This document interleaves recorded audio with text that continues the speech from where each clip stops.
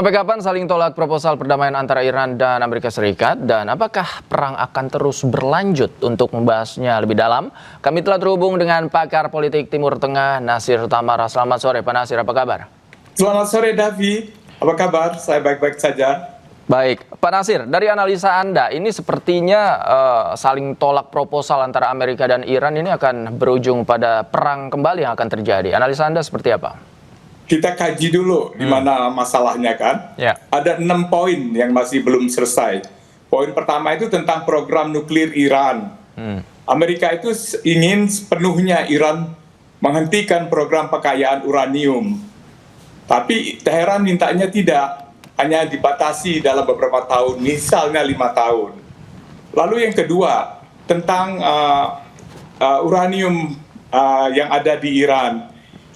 Presiden Donald Trump ingin supaya Iran mengirim sekitar 400 kg uranium yang sudah diperkaya milik Iran itu di Amerika Serikat. Iran tentu saja menolak hal ini. Kemudian berikutnya tentang Selat Hormuz. Iran tetap bersikeras agar dia masih bisa membuat pengaturan membatasi lalu lintas kapal di Teluk Persia sampai dengan Amerika Serikat menghentikan blokadenya di Teluk Persia, Selat Hormuz. Berikutnya nomor 4 adalah tentang aset-aset yang dibekukan. Iran meminta kepada Amerika Serikat supaya semua aset dibekukan itu dicairkan segera dan dikirim uangnya ke Iran. Ada jumlahnya itu 20 miliar dolar aset yang masih dipegang oleh Amerika Serikat.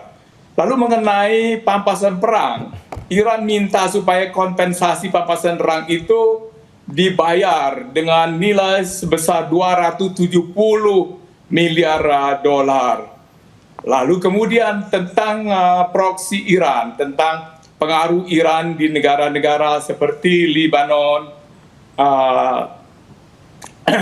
Irak, Suriah, dan Yaman. Iran mau supaya kekuatan mereka di sana itu tidak dilucuti, supaya mereka tetap mempunyai pengaruh. Oke. Dan ini, dari 6 ini, Trump keberatan semuanya. Oke. Pak, kalau kita breakdown ini kan semua poin ya memang yang tidak bisa dinegosiasi oleh Amerika Serikat. Ini merupakan permintaan-permintaan yang memang dari awal kita bisa prediksi bahwa akan ditolak. Kemudian apakah proposal ini nantinya akan diganti, artinya Iran akan melemah atau seperti apa? Mungkin waktu yang diperlukan berunding lebih jauh lagi. Artinya punya waktu lebih lama untuk merundingkan sejauh mana Iran bisa berkompromi dan sejauh mana Amerika Serikat bisa menerimanya.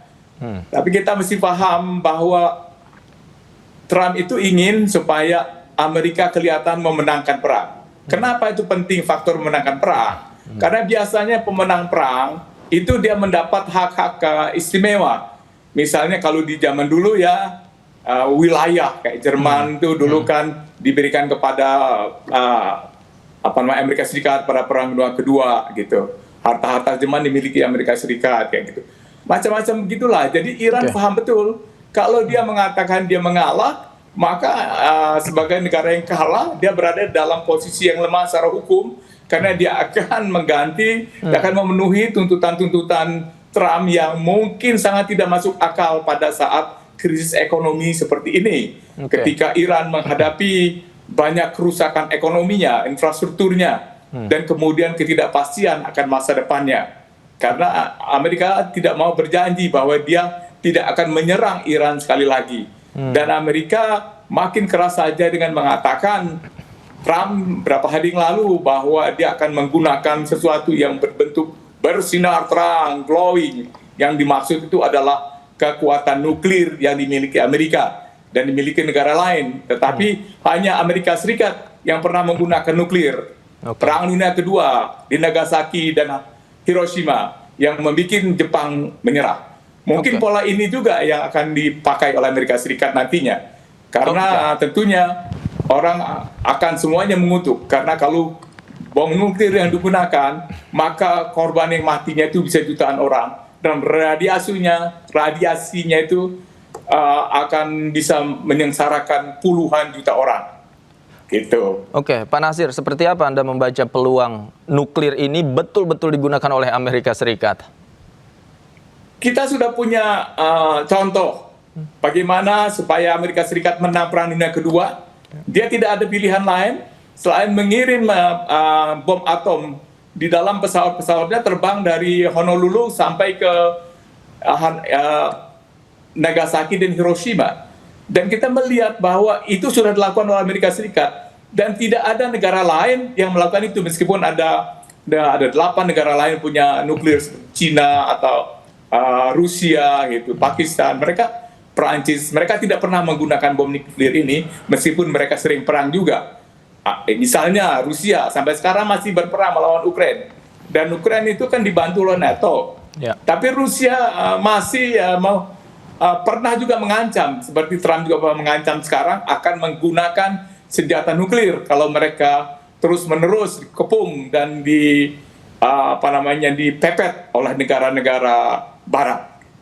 Oke, Pak Nasir, yang menarik juga dalam waktu dekat Presiden Donald Trump akan bertemu Xi Jinping di China. Seperti apa nantinya dari pertemuan ini bisa membantu meredakan konflik di Timur Tengah? Kita melihat bahwa apa bahasa tubuhnya dan bahasa isyaratnya. Trump ke Cina menunjukkan bahwa Trump itu berada dalam keadaan orang yang memohon. Jadi dia dalam keadaan di bawah angin lah kalau kita bicara, nggak di atas angin. Nah, dalam hal ini kenapa Cina itu sedang marah terhadap Amerika Serikat. Sejak Amerika Serikat menggulingkan presiden dari Venezuela dan membuat minyak Venezuela sekarang semuanya dikirim ke Amerika Serikat, dijual negara lain, tetapi tidak boleh untuk Cina. Dan ini suasana yang sangat bisa membuat rumit situasi. Sementara itu Iran dan Cina itu dekat sekali. Jadi baru beberapa hari yang lalu itu Menteri Luar Negeri Iran itu berada di Beijing, ketemu langsung dengan Perdana Menteri dan Menteri Luar Negeri ya. Dan di situ Cina memberikan isyarat bahwa Cina tidak akan berdiam diri kalau Iran diserang. Jadi disinilah bagaimana nantinya Amerika dan Cina akan berunding. Jadi nuansa-nuansanya itu akan lahir. Jadi menurut saya hasil dari perundingan antara Trump dengan mitranya di Rusia itu nanti akan mempengaruhi perjanjian damai antara Amerika Serikat dan Iran. Oke. Jadi kita tunggu itu pertemuan yang sangat penting. Oke, nah ada satu lagi kekhawatiran Pak. Prancis dan juga Inggris sudah mengirimkan kapal induk untuk membuka Selat Hormuz. Nah ini dikhawatirkan membuka potensi bahwa konflik antara Iran ini akan meluas ke negara-negara lain akibat Hormuz ditutup. Seperti apa prediksi Anda? Prancis dan Inggris itu rasanya hanya pamer. Dan mereka juga hadir di sana. Jadi mereka tidak mau ketinggalan kalau misalnya negara-negara sahabat mereka, yaitu kebanyakan adalah negara-negara teluk GCC seperti Uni Emirat Arab, Oman itu kan. Dan jadi mereka menunjukkan bahwa mereka mendukung. Tapi petanya sudah berubah sekarang. Qatar sama sekali tidak mau bermusuhan dengan Iran. Oman juga tidak. Cuman United Arab Emirates yang juga dekat dengan Israel yang masih masih melawan Iran, marah-marah dengan Iran. Saudi sendiri sudah berdamailah dengan Iran, malah menjadi dekat. Apalagi karena ada faktor Saudi dan Pakistan sudah menandatangani persetujuan strategis ya dalam kemiliteran. Nah, jadi menurut aku sih itu hanya semacam menunjukkan kehadiran bahwa mereka di sana. Dan tetapi mereka juga sudah mengatakan dua negara itu bahwa mereka tidak akan mendukung Amerika Serikat bila terjadi perang melawan Iran. Jadi hanya berjaga-jaga sifatnya begitu. Dan juga evakuasi kalau nanti ada tentara mereka atau dari negara-negara sahabat mereka yang perlu dievakuasi. Oke. Terakhir, Pak Nasir, jadi faktor apa yang paling penting dalam menentukan bahwa negosiasi gencatan senjata ini bisa berjalan dengan lancar selain tadi pertemuan antara Presiden Amerika Serikat dengan Presiden China? Dua hal aja, nuklir dan pampasan perang. Oke. Jadi kompensasi dari perang yang jumlahnya hampir 300 miliar dolar itu. Itu kan jumlahnya sangat besar. Dari mana Amerika Serikat bisa mencari uang untuk sebanyak itu pada saat sekarang kan? Dan kemudian kalau nuklir, bagaimana ada jaminan bahwa nantinya Iran tidak akan menggunakan nuklir itu untuk menyerang Amerika Serikat? Karena Amerika Serikat itu tidak berani pada negara yang punya nuklir. Terhadap Korea Utara pun Korea Utara kan kecil dibanding Iran ya, tapi punya nuklir. Dan Amerika sangat hormat terhadap Korea Utara.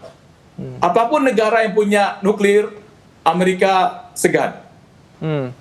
Ini menarik Pak Nasir. Saya ingin breakdown lagi ketika Anda katakan rampasan perang. Sebenarnya apa yang memang diincar sekali oleh Amerika Serikat terhadap rampasan perang dari Iran? Misalnya katakanlah mereka dianggap menang perang begitu. Saya maksud ini di sini pampasan. Pampasan itu ganti rugi. Oke. Ganti rugi dari Iran. Iran minta ganti rugi, tadi sudah saya sebut sekitar hampir 300 miliar dolar. Supaya karena itu yang dihitung, karena serangan Israel dan Amerika Serikat itu telah merusak infrastruktur dan sekolah, rumah sakit, pangkalan angkatan perang Iran, itu dihitung gitu. Dan Iran meminta supaya itu dibayar. Dan Amerika sangat keberatan. Saya lihat dua faktor itu, faktor uang, ganti rugi di Amerika Serikat, dan faktor bom nuklir. Kalau seandainya ini tidak dikabulkan oleh Amerika Serikat, mungkinkah Iran akan memperbarui atau merevisi proposalnya, terutama terkait poin ini menurut Anda? Mungkin agak sulit sekali. Bisa terjadi deadlock, karena mereka sudah mengetahui banyak kelemahan Amerika Serikat. Dan Amerika Serikat sekarang ini di dunia itu dalam posisi yang tidak banyak teman. Dan ekonomi Amerika sedang susah, dan secara politik posisi Trump juga makin sulit di Amerika Serikat. Jadi Iran sudah membaca secara strategis, lebih bagus mereka bertahan.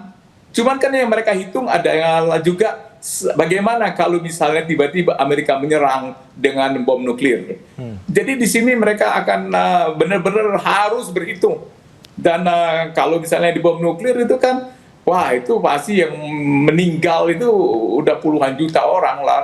Tetapi nantinya itu kan nuklir kan radiasinya bisa menghancurkan seluruh Timur Tengah. Termasuk Israel juga kena nanti dengan radiasinya itu semua. Dan negara-negara sahabat Amerika Serikat, di Teluk, di Saudi, di semua. Jadi ini yang belum pernah terjadi. Pernah dilakukan simulasi. Bagaimana kalau terjadi perang kayak gitu. Dan hasilnya menghancurkan dunia di sekitar sana. Oke, kalau dari paparan Anda, Pak Nasir, saya melihat bahwa pertemuan antara Trump dengan Xi Jinping ini menjadi kunci bahwa peran China untuk mengerem atau paling tidak mengubah keputusan Amerika Serikat, terutama terkait nuklir ini, pasti akan dibicarakan dalam pertemuan itu. Saya rasa itu menjadi agenda utama. Ya. Dan juga China bisa nantinya bekerja sama dengan Rusia, karena China dan Rusia dua-duanya pemilik senjata nuklir yang lebih banyak dikombinasikan, berdua itu lebih banyak dari Amerika Serikat dan lebih berdaya dibandingkannya dengan yang dimiliki Amerika Serikat. Oke, Pak Nasir, menurut Anda apa agenda yang akan dibawa oleh China pada saat bertemu dengan Presiden Trump? China itu kan berkepentingan supaya ekonomi dunia ini membaik, karena dia sebuah negara yang belum lama menjadi negara industri, dan untuk menjalankan dia punya industri besar, tetapi dia tidak punya energi.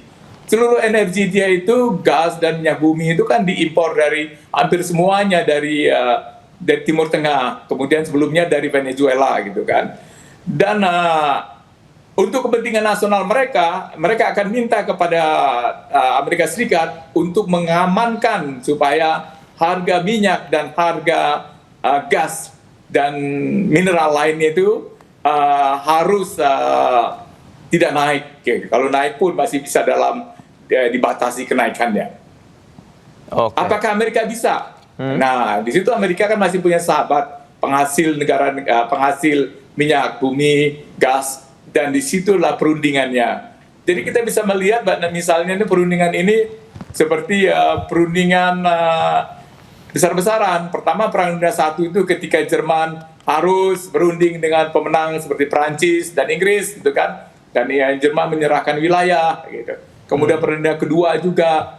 Tapi ya polanya itu bukan akan pola yang baru, nggak sama dengan yang sudah-sudah. Tetapi pasti Amerika Serikat ingin mengambil sebanyak-banyaknya hasil yang berupa kemenangan bagi mereka. Begitu juga Iran. Iran juga akan bertahan supaya mereka mendapat manfaat optimal dari perundingan ini. Oke, baik. Kita lihat nanti hasil perundingannya seperti apa dalam 2 hari ke depan. Betul Ya, sekali. Pak. Mungkin ini akan berpengaruh signifikan terhadap konflik yang terjadi. Terima kasih Pak Nasir sudah bergabung bersama kami. Davi. Selamat sore Pak, sehat selalu.